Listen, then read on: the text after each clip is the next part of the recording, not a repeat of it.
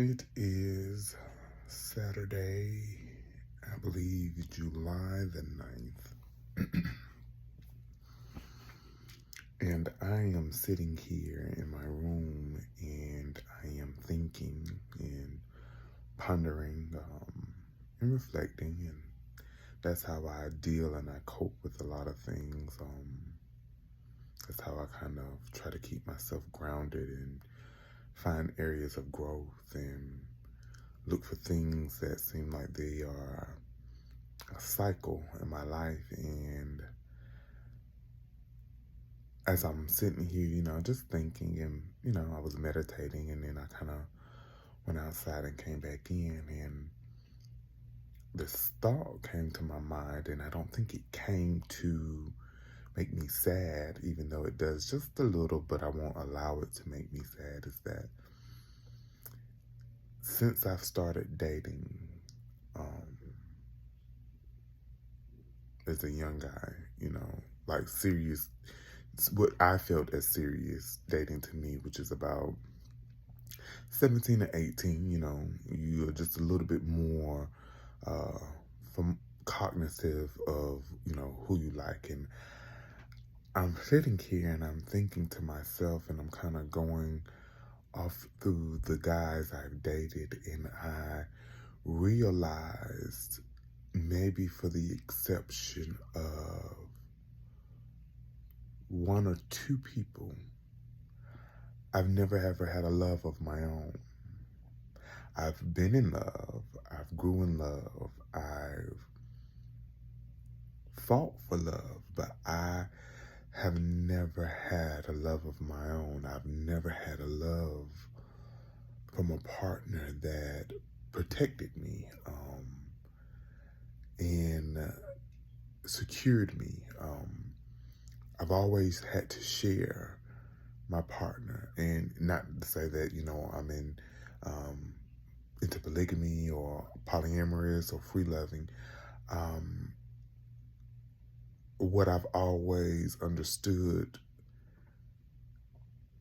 for me and the person I was dating, I've always thought it was me and that person, a form of monogamy and intimacy. And I realized that as I'm healing and as I'm thinking and as I'm, going through thoughts, and I'm just trying to pinpoint certain things that are constant, that has been the one thing.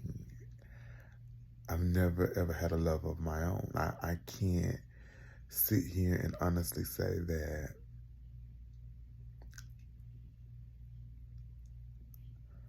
I've never had I've never had the opportunity not to share a dude.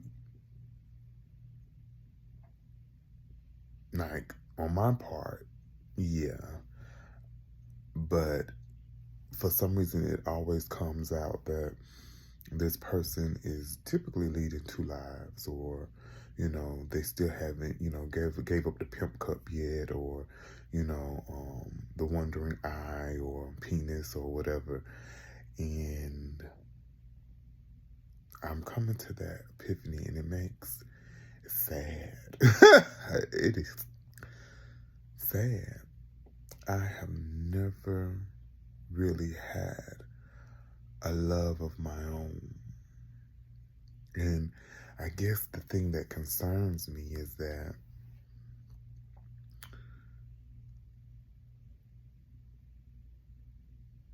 the access and the lust of this age and of this world, and the mentality, like, it's okay, sharing a nigga or sharing a woman or sharing a man is so common now that it's almost normal. It's normal for you to be the side piece. Whether you're the side piece or you're not the side piece, is it's not normal. It's not normal to me, but it has been normalized that unless you find an individual with a lot of integrity and a lot of character, who wants what you want before they meet you, and they're sure in it, they're confident in it.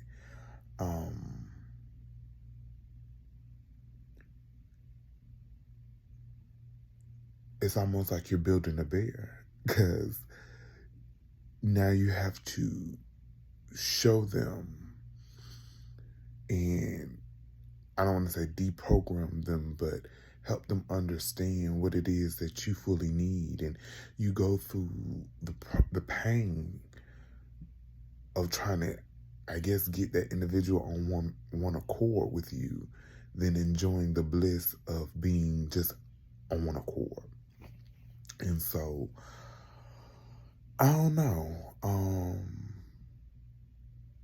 I guess I just decided, everybody sleeps, so I guess I'm talking to myself. Maybe I share, maybe it's for me just to kind of get it off my chest. But I was just thinking that, like, I've never had a love on my own. Like, where someone says, I have eyes just for you. And the actions and the way that they love and the way they exhibit that love, the proof that makes you feel like every morning, without a shadow of a doubt, that's mine. And not in the sense of possession, but in the sense of, when it's all said and done, when it comes down, outside of God, is you who I choose. I choose you, I choose you every single day, and I haven't found someone who, even with the temptations of the world, and, there's beautiful people, there's beautiful women, beautiful men, beautiful individuals in the world, and, it would be almost disgraceful not to acknowledge that beauty, and I have nothing wrong with acknowledging beauty, because that's why it's walking art. But even when you see the walking art, do you realize that the masterpiece is at home, and you continuously choose me, and I continuously choose you every single day.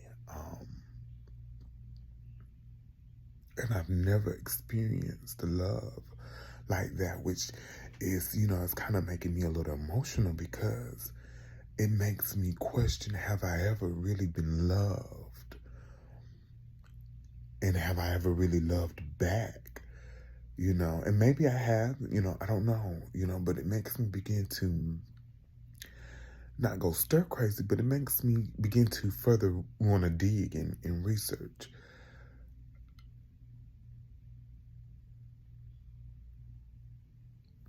Have I ever really been loved like I deserved or desired to be loved? And I can say no.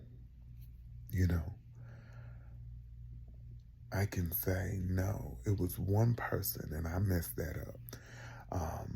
Many years ago, I was a very young guy. I'm still finding myself, and you learn and you grow. And I learned from messing that relationship up. I truly did. But outside of that person, I can say I don't think I've ever been loved by someone in a human sense. I know no one can ever love me like Jesus, but in a human sense, I've never been loved or fought for,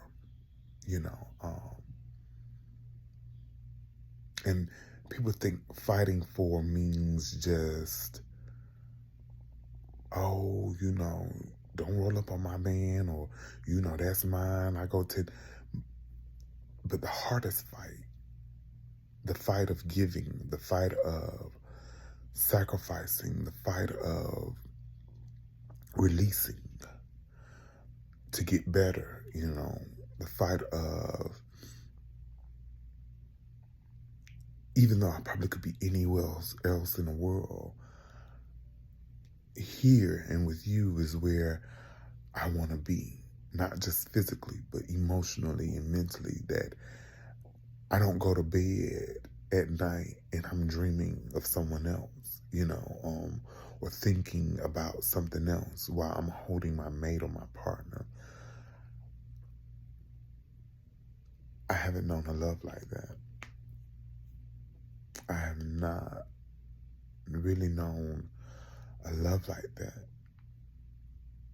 And, it's kind of heartbreaking. 'Cause I've had my share of relationships. I've had my fair share of trying to date, and,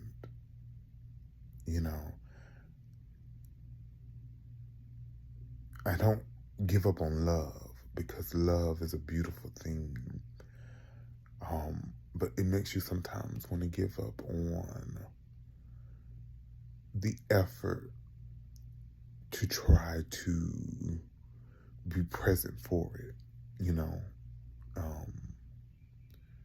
and maybe that comes with having a lot of battle wounds, but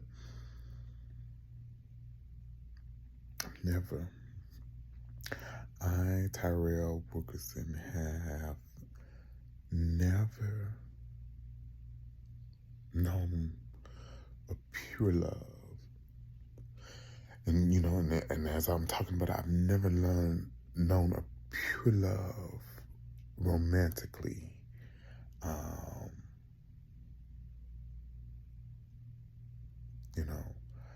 And I guess I've always felt like I've been crazy, because I guess my expectation of it, I guess the way I perceived what love is, or how I perceive what love is or should be, and not just the feeling, We get caught up in the feeling of love, Love, yes, it feels nice. It can be blissful. It can be very tranquil. But love is so action-based. It is so, because love is a proof word. It's a proof word. It's not a compliment, Saying you have a beautiful smile, you can roll that off the shoulder. But when you say you care, or when you love, or when you are committed to someone, it is a proof word. And we show our love in how we prove, truthfully, truthfully prove, it's, because sometimes we think when we give into our partners that's love all the time. And compromise is a part of love, but love is when, to me, you get it. It's in the core, It is in sync, where you don't desire to grieve or pain-stricken your loved one. And when you do, it hurts you so bad that it desires a level of penance in you, or repentance in you, so that you don't ever do that again, And I'm not trying to be so super spiritual or deep. I'm just thinking about when a person really loves, when they really love you, and when you really love them, it's almost like no one can pay me to tell the world that I don't love Jesus Christ.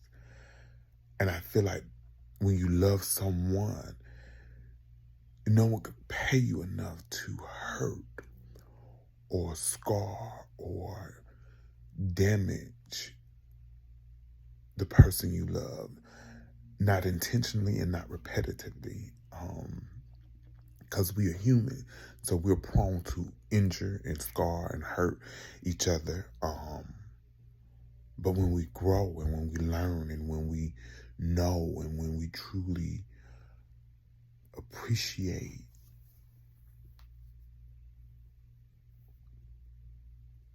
that person, we love, we show that love, we prove that love in a different way. Um,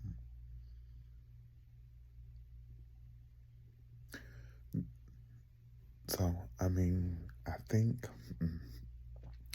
I just needed to share that, maybe I needed to record it to share it with myself a little bit later on, to go back and remind myself. But that was my epiphany, you know. Maybe in this lifetime, maybe not. Who knows?